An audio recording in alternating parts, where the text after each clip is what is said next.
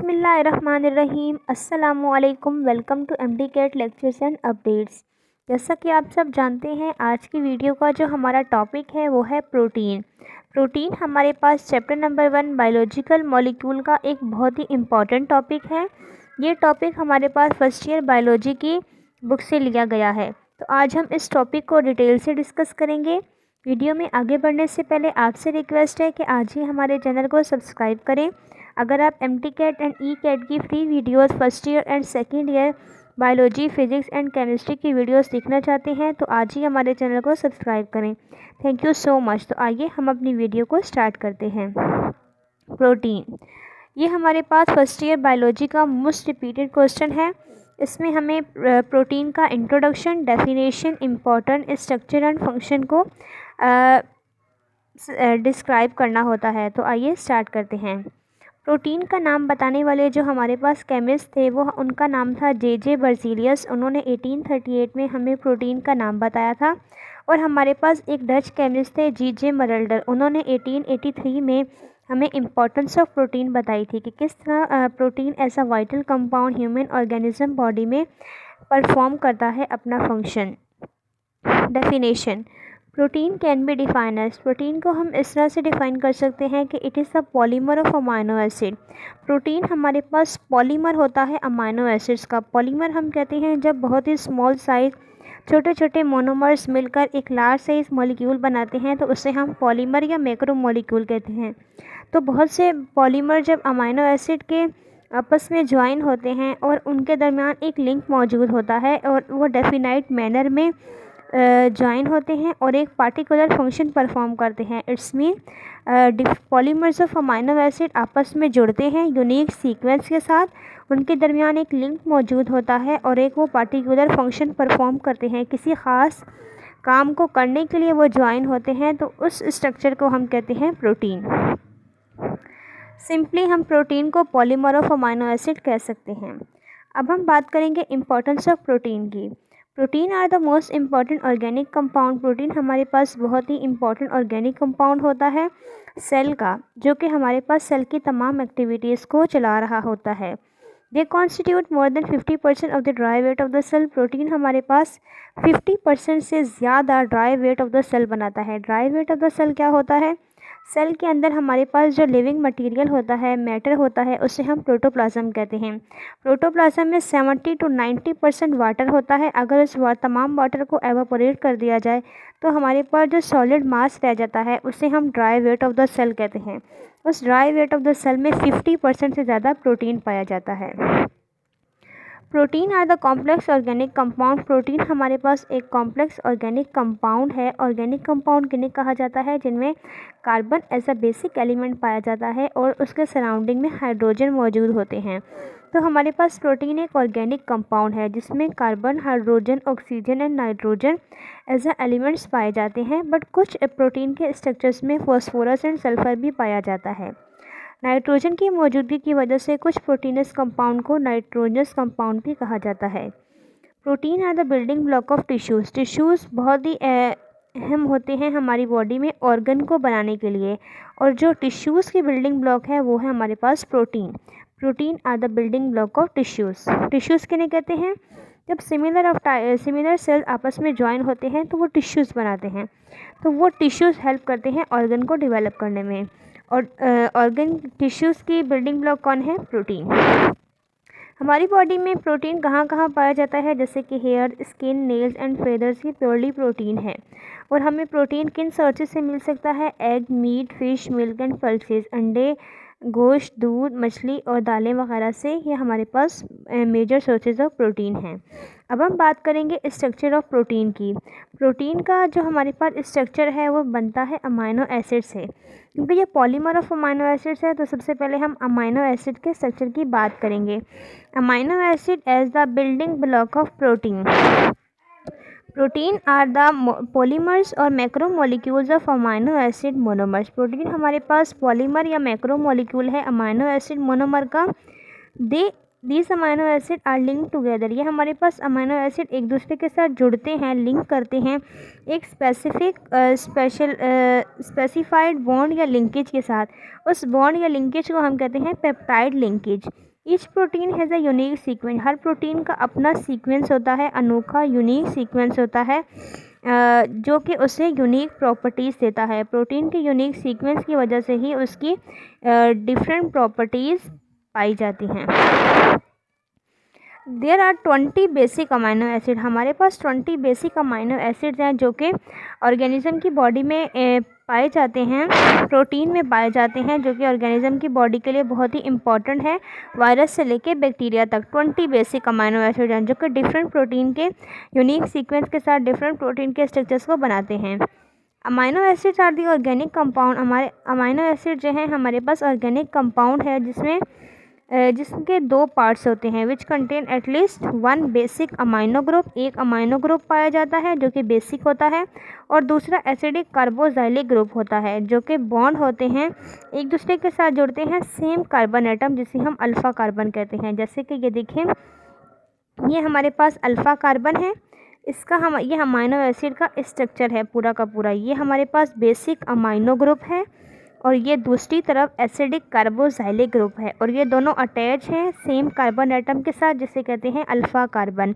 और ये हमारे पास H है, कार्बन की 4 वैलेंसी होती है, मतलब इसके वैलेंस शेल में 4 होते हैं, 1 इलेक्ट्रॉन 2 3 और चौथा खाली था तो वहाँ पे R लगा दिया। R क्या है हमारे पास, R को हम रेडिकल ग्रुप कहते हैं, R रेडिकल ग्रुप। इस R की चेंजिंग की वजह से हमारे पास प्रोटीन का यूनिक सीक्वेंस बनता है। R is the radical group shows that great variety of the structure in variety, इसकी वजह से प्रोटीन के स्ट्रक्चर में ग्रेट वैरायटी आती है। फॉर एग्जांपल जैसे कि देखें, ये हमारे पास एक अमाइनो एसिड का स्ट्रक्चर है, इसमें हमारे पास जो R है रेडिकल ग्रुप है, हमने R को रिप्लेस कर दिया H से, तो ये हमारे पास ग्लाइसिन का फार्मूला बन गया। और इस R को अगर हम CH2OH से रिप्लेस कर दें तो ये हमारे पास सीरीन का फार्मूला बन जाएगा। और अगर उसी अमाइनो एसिड के स्ट्रक्चर में R को हम CH3 मिथाइल से रिप्लेस कर दें तो ये बन जाएगा एलानीन। अब लिंकेज ऑफ अमाइनो एसिड जो आपस में लिंक करते हैं उनके बारे में डिस्कस करते हैं।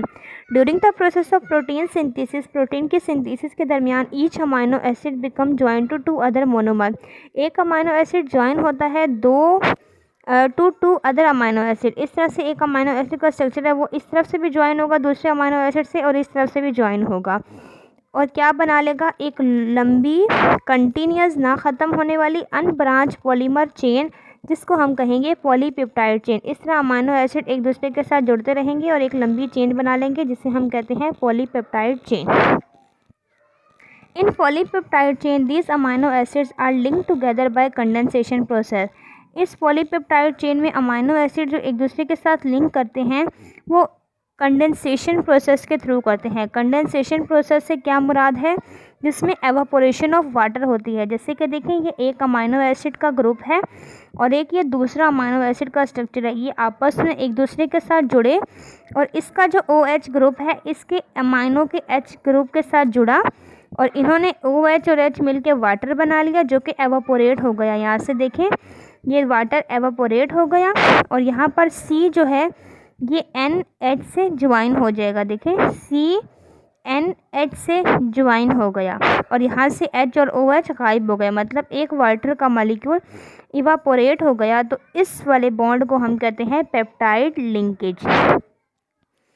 अब देखें, एक अमाइनो एसिड था, ये दूसरा अमाइनो एसिड, इन दोनों ने आपस में जुड़े और ये वाटर का मॉलिक्यूल निकल गया, इसका OH और इसका H मिलके वाटर का मॉलिक्यूल जो कि यहाँ पर दिखा रही है निकल गया। और ये तीसरा और चौथा अमाइनो एसिड इन्होंने क्या बना लिया, जब वाटर का मॉलिक्यूल निकला तो यहाँ पर OH और H गायब होकर C और NH ने बॉन्ड बना लिया जिसे हम कहते हैं पेप्टाइड लिंकेज। अब हम स्ट्रक्चर ऑफ प्रोटीन की बात करेंगे। हमारे पास प्रोटीन के 4 बेसिक स्ट्रक्चर पाए जाते हैं, primary structure, secondary, tertiary and quaternary structure. 1 by 1 discuss करते हैं। पॉलीपेप्टाइड चेन जो हमारे पास बनती है हैविंग अ लीनियर सीक्वेंस, अगर उस पॉलीपेप्टाइड चेन का लीनियर सीक्वेंस है ड्यू टू पेप्टाइड बॉन्ड की वजह से, इस पेप्टाइड बॉन्ड की वजह से अगर उस चेन का लीनियर सीक्वेंस है तो हम उसे कहेंगे प्राइमरी स्ट्रक्चर। प्राइमरी स्ट्रक्चर कहेंगे मतलब वो स्ट्रेट होगी, इस तरह से स्ट्रेट लीनियर स्ट्रक्चर पाया जाएगा तो वो उसे हम कहेंगे प्राइमरी स्ट्रक्चर। एग्जाम्पल में हमारे पास है insulin. Secondary structure, when a polypeptide chain of amino acid becomes spirally coiled, अगर वही पॉलीपेप्टाइड चेन हमारे पास इस तरह से कॉइल हो जाए, इस तरह से कॉइल हो जाए तो उसे हम कहेंगे सेकेंडरी स्ट्रक्चर। पॉलीपेप्टाइड चेन की वजह से वो स्पाइरली कॉइल्ड हो जाए तो हम उसे कहेंगे सेकेंडरी स्ट्रक्चर। और इसका ये जो स्पाइरल फॉर्मेशन होती है इसकी वजह से ये रिजिड और टिब्यूलर स्ट्रक्चर, इसको हम हेलिक्स कहते हैं। स्पाइरल स्ट्रक्चर की जो फॉर्मेशन होती है इसकी वजह से ये रिजिड और टिब्यूलर हो जाता है और इस स्ट्रक्चर को हम कहते हैं हेलिक्स। इसको हम क्या कहते हैं? हेलिक्स कहेंगे। The hydrogen and sulphide bond are involve to hold the protein chain in spiral manner. हमारे पास दो अहम एलिमेंट्स हैं हाइड्रोजन और सल्फाइड, जो कि मिलकर इस प्रोटीन चेन को स्पाइरल मैनर में होल्ड रखते हैं। एग्जाम्पल में हमारे पास सेकेंडरी स्ट्रक्चर में क्या क्या आते हैं? हेयर्स और स्पाइडर वेब्स। अब हम बात करते हैं टर्शरी स्ट्रक्चर की। Tertiary structure refers to the arrangement of secondary structure into 3 dimensional fold और सुपर फोल्ड। अगर यही स्ट्रक्चर सेकेंडरी जो स्पाइरल मैनर में है, अगर ये इस तरह से हमारे पास फोल्ड और सुपर फोल्ड में यूँ हमारे पास फोल्ड हो जाए, वही पॉलीपेप्टाइड चेन स्पाइरल मैनर में हमारे पास 2 और 3 डायमेंशनल में फोल्ड या सुपर फोल्ड हो जाए तो हम उसे कहते हैं टर्शरी स्ट्रक्चर। इसके एग्जाम्पल में हमारे पास आ जाता है लाइसोजाइम। यहाँ देखें स्पाइरल मैनर में थी, यही चेन हमारे पास बस फोल्ड हो जाएगी। जब यही चेन फोल्ड हो जाएगी 3 डायमेंशनल स्ट्रक्चर में तो हम उसे कहेंगे टर्शरी स्ट्रक्चर। अब हमारे पास आ जाता है quaternary structure.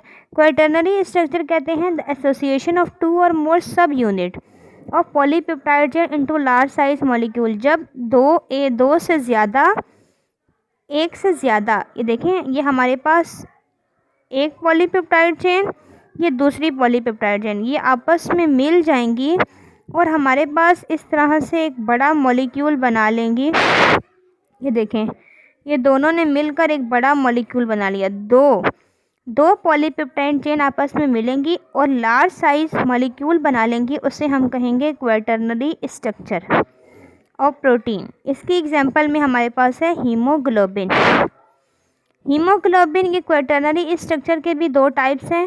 Homogeneous quaternary structure कहेंगे जब 2 सेम कैटेगरी की पॉलीपेप्टाइड चेन आपस में मिलेंगी, उसे कहेंगे होमोजीनियस क्वाटर्नरी स्ट्रक्चर। और जब 2 डिफरेंट कैटेगरी की 2 डिफरेंट यूनिट की पॉलीपेप्टाइड चेन आपस में मिलकर वो लार्ज साइज स्ट्रक्चर बनाएंगी तो उसे कहेंगे हीट्रोजीनियस क्वाटर्नरी स्ट्रक्चर। लास्ट में हम बात करेंगे फंक्शंस ऑफ प्रोटीन की। Protein has a wide variety of function. Protein के बहुत से फंक्शन है। इसके यूनिक सीक्वेंस की वजह से protein are the important molecule जो कि सेल की तमाम एक्टिविटीज़ को चलाता है और परफॉर्म करता है और main structure of this cell को बनाता है। मेन स्ट्रक्चर सेल का बनाने की वजह से सेल को सपोर्ट करता है, सेल में सपोर्टिव मैकेनिकल सपोर्ट प्रोवाइड करता है। सेल को inside and outside both mechanical support provide करा होता है, जैसे कि हमारी बॉडी में स्केलेटन हमें प्रोवाइड कर रहा है। बिल्कुल इसी तरह सेल में जो मैकेनिकल सपोर्ट का काम करने वाला जो मॉलिक्यूल है वो प्रोटीन है। An enzyme protein vastly accelerate the rate of metabolic function। Protein हमारे पास एंजाइम के तौर पर भी काम करता है, कुछ रिएक्शंस को फास्ट कर देता है, कुछ को स्लो डाउन कर देता है अकॉर्डिंग टू दी सेल के इन्वायरमेंट के बेस पे। जैसे कि एज़ पर नीड सेल को अगर कुछ रिएक्शन फास्ट चाहिए तो enzyme protein as the enzyme work करेगा और उन रिएक्शंस को फास्ट कर देगा। As hormone growth regulator and gene activator protein perform a wide variety of regulatory function. Protein हमारे पास हार्मोन्स के तौर पर भी काम करता है, ग्रोथ फैक्टर के तौर पर भी और जीन एक्टिवेटर के तौर पर भी काम करता है। As membrane receptor and transporter, protein determine what type of substance should enter or leave the cell. Protein हमारे पास मेम्ब्रेन रिसेप्टर के तौर पर भी काम करता है कि कौन से एलिमेंट्स हैं या कौन से सब्सटेंसेस हैं जिनको सेल्स के अंदर एंटर होना चाहिए या नहीं। Protein act as antibiotic, protein antibiotics की तरह भी काम करता है, एंटीजन एंड फिब्रिन की तरह भी काम करता है।